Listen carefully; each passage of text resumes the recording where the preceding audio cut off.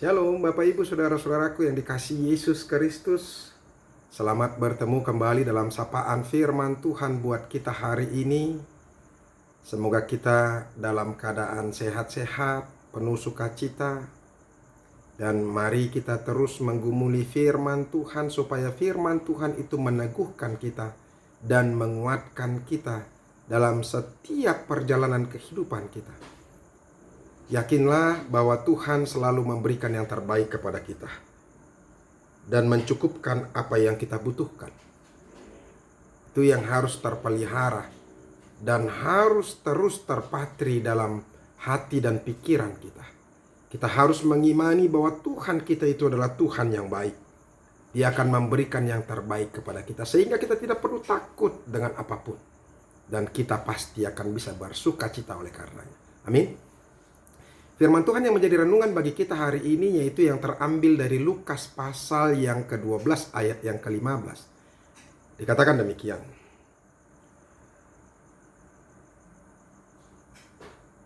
Katanya lagi kepada mereka, berjaga-jagalah dan waspadalah terhadap segala ketamakan. Sebab walaupun seorang berlimpah-limpah hartanya, hidupnya tidaklah tergantung daripada kekayaannya itu. Demikianlah firman Tuhan. Bapak Ibu Saudara-saudaraku yang diberkati Tuhan, setiap orang pasti mendambakan hidup yang kaya. Hidup yang berkecukupan. Jauh daripada kekurangan. Karena orang mau supaya dia merasa aman, tentram, dan nyaman, damai. Prinsip banyak orang, apalagi orang-orang duniawi ini, kalau ketika dia memiliki harta yang banyak, memiliki materi yang luar biasa banyak, apalagi memiliki tabungan yang luar biasa banyaknya, maka hidupnya akan tenang. Hidupnya akan bersukacita. Makanya prinsip orang pada saat ini saudara-saudara, yaitu takut serba kekurangan, takut serba tidak cukup, dan dia takut kelaparan dan takut menderita. Oleh karena prinsip takut akan kekurangan dan takut menderita inilah, makanya orang berupaya untuk mengumpulkan dan mengumpulkan, menyimpan dan menyimpan. Kalau dia mencari nafkah, berupaya untuk mendapatkan segala sesuatu, dia berupaya hanya untuk mengumpulkan materi demi materi, barang demi barang, dan harta demi harta untuk bisa menenangkan, meneduhkan bagi hidupnya di kemudian hari. Itulah yang menjadi prinsip duniawi. Dan sering sekali saudara-saudara menjadi pemahaman umum bagi banyak orang. Sehingga karena oleh rasa ketakutan itulah, makanya dia tidak mau berbagi. Sangat tertutup hatinya untuk berbagi kepada orang lain. Untuk memberi kepada orang lain yang kekurangan. Karena dia sendiri merasa takut. Jangan sampai dia nanti kekurangan di dalam kehidupannya. Bapak Ibu Saudara-saudaraku yang diberkati Tuhan, sebenarnya situasi yang seperti ini sudah terjadi dalam kehidupan bangsa Israel ketika mereka keluar dari Mesir. Ketika itu Tuhan memberikan manna atau roti bagi mereka. Dan Tuhan sudah mengaturkan takaran yang harus mereka ambil dan mereka peroleh dalam satu orang untuk satu harinya. Kalau kita melihat saudara-saudara dari Keluaran 16 ayat yang ke-15 dan seterusnya. Mari kita lihat sebentar apa yang Tuhan katakan bagi mereka yang sudah diaturkan oleh Musa. Ketika orang Israel melihatnya, berkatalah mereka seorang kepada yang lain, apakah ini? Sebab mereka tidak tahu apa itu. Tetapi Musa berkata kepada mereka, inilah roti yang diberikan Tuhan kepadamu menjadi makananmu. Beginilah perintah Tuhan, pungutlah itu tiap-tiap orang menurut keperluannya masing-masing. Masing-masing kamu boleh mengambil untuk seisi kemahnya, segomer seorang menurut jumlah jiwanya. Jadi Tuhan sudah mengaturnya melalui Musa bahwa mereka boleh mengambil mana itu hanya segomer satu orang untuk satu hari. Jadi kalau ada 5 orang dalam satu kemah, maka mereka boleh ambil itu 5 gomer untuk satu hari. Itu. Demikianlah diperbuat orang Israel, mereka mengumpulkan, ada yang banyak, ada yang sedikit. Ketika mereka menakarnya dengan gomer, maka orang yang mengumpulkan banyak tidak kelebihan, dan orang yang mengumpulkan sedikit tidak kekurangan. Tiap-tiap orang mengumpulkan menurut keperluannya. Musa berkata kepada mereka, seorang pun tidak boleh meninggalkan daripadanya sampai pagi. Saudara-saudara, sampai saat itu situasi masih kondusif. Situasi masih baik. Ketika mereka boleh mengumpulkan yang mereka butuhkan, yang secukupnya untuk kebutuhan mereka, yaitu seperti yang dikatakan 1 gomer 1 hari untuk per jiwa. Mari kita lihat apa yang terjadi. Ternyata ada saja orang yang rakus dan tamak karena ketakutan. Ayat 20 mengatakan, tetapi ada yang tidak mendengarkan Musa dan meninggalkan daripadanya sampai pagi, lalu berulat dan berbau busuk. Maka Musa menjadi marah kepada mereka. Saudara-saudara, ternyata ada orang yang karena takut kekurangan, takut kelaparan, maka mereka mengambil lebih daripada takarannya. Disinilah persoalannya. Orang takut kekurangan, orang takut kelaparan. Sehingga mereka mengambil dari apa yang secukupnya. Sehingga apa yang terjadi, saudara-saudara? Tadi dikatakan di situ, maka apa? Lalu berulat dan berbau busuk. Apa yang mau dikatakan dalam hal ini?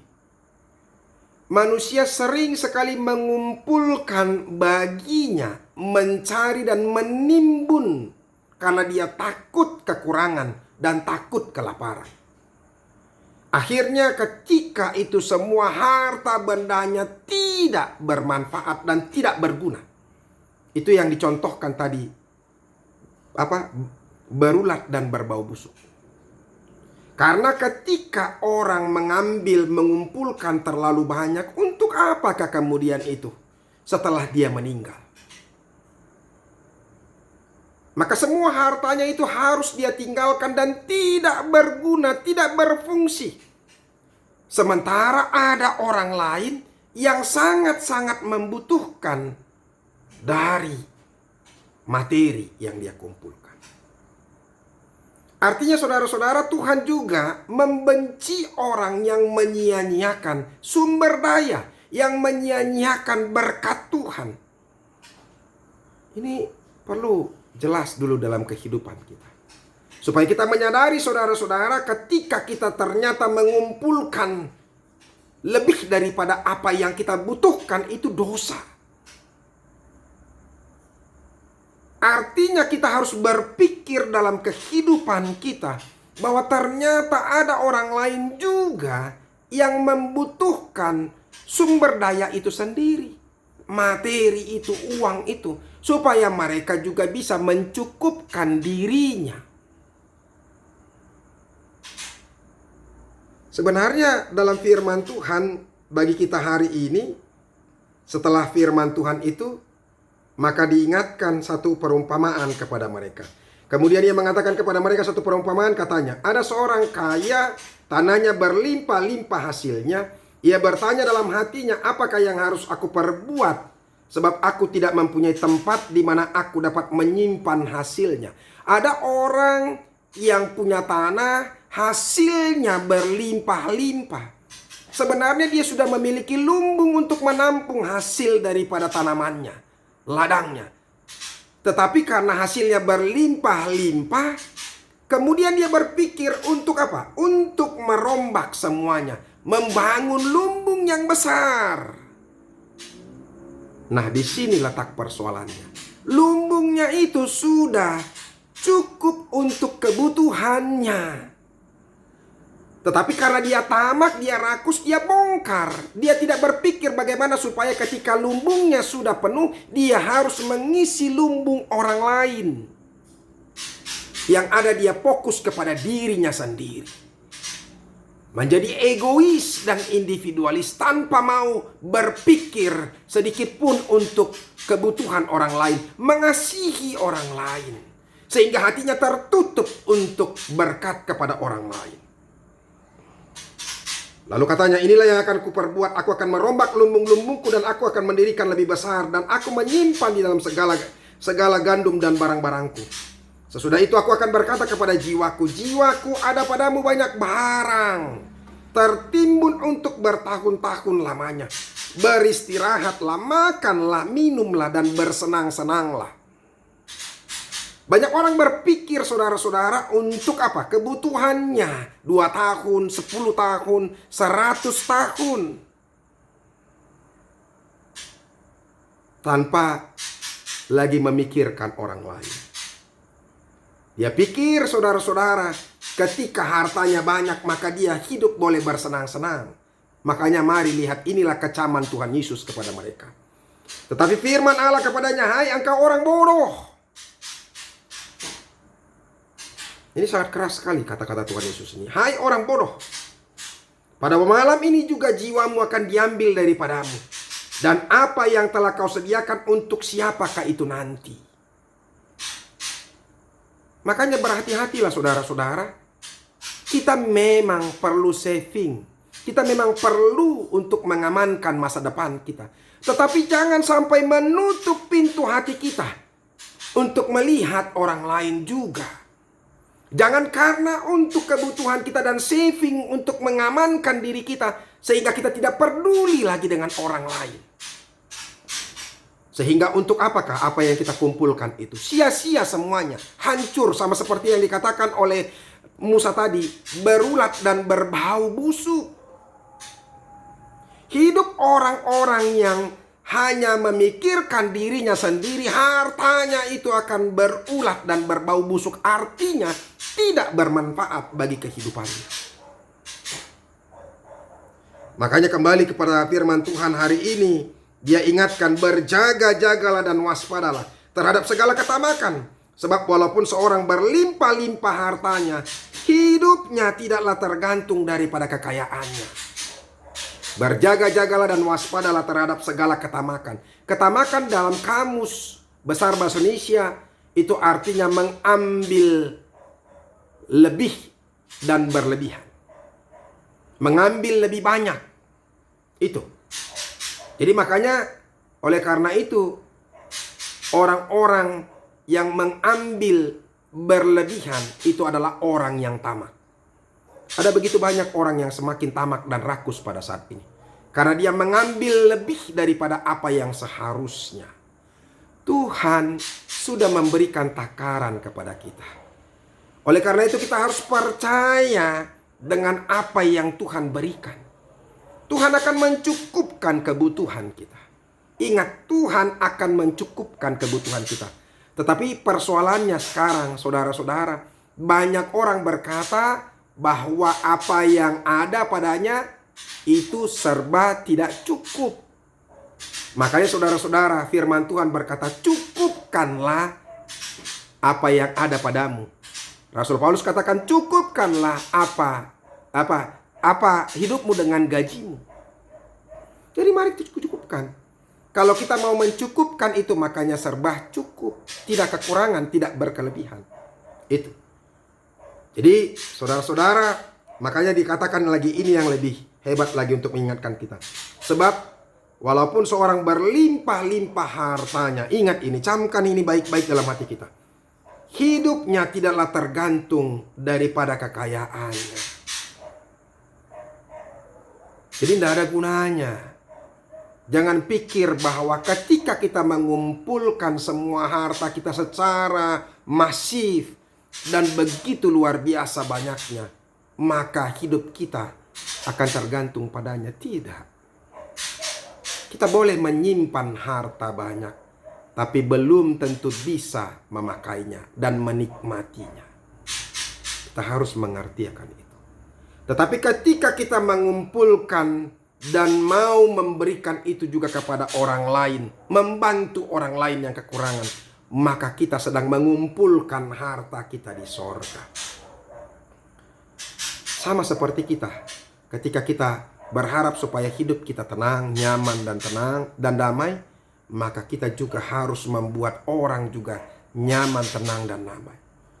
Kita harus berbagi kepada orang lain, supaya dia juga boleh hidup dengan tenang dan bersuka cita. Berbagilah kepada orang lain. Itu yang mau dikatakan oleh Tuhan Yesus. Hati-hati, berhati-hatilah, berjaga-jagalah dan berwaspadalah akan ketamakan. Jangan menjadi orang yang tamak, tapi harus menjadi orang yang mau berbagi, penuh kasih, penuh cinta. Sebab itulah panggilan orang-orang Kristen. Untuk apa kita memiliki segala-galanya kalau hidup kita dan jiwa kita tidak selamat? Ingat orang kaya dan Lazarus itu. Dia adalah orang yang tidak peduli. Orang kaya itu tidak peduli dengan kekurangan Lazarus. Maka kemudian sekalipun di dunia ini dia bersuka cita, bersenang-senang, tapi dia mendapatkan tempat yang sangat menderita, yaitu di neraka. Dan Lazarus, orang yang mencukupkan dirinya dari remah-remah yang jatuh dari orang kaya itu, dia mensyukuri hidupnya dan terus taat kepada Tuhan, maka hidupnya masuk ke dalam surga. Ingatlah masa depan. Itu yang paling penting. Jangan terlalu takut dan rakus. Mari berbagi. Kiranya firman Tuhan ini bermanfaat bagi kita dan memberkati kita. Tuhan Yesus memberkati. Amin.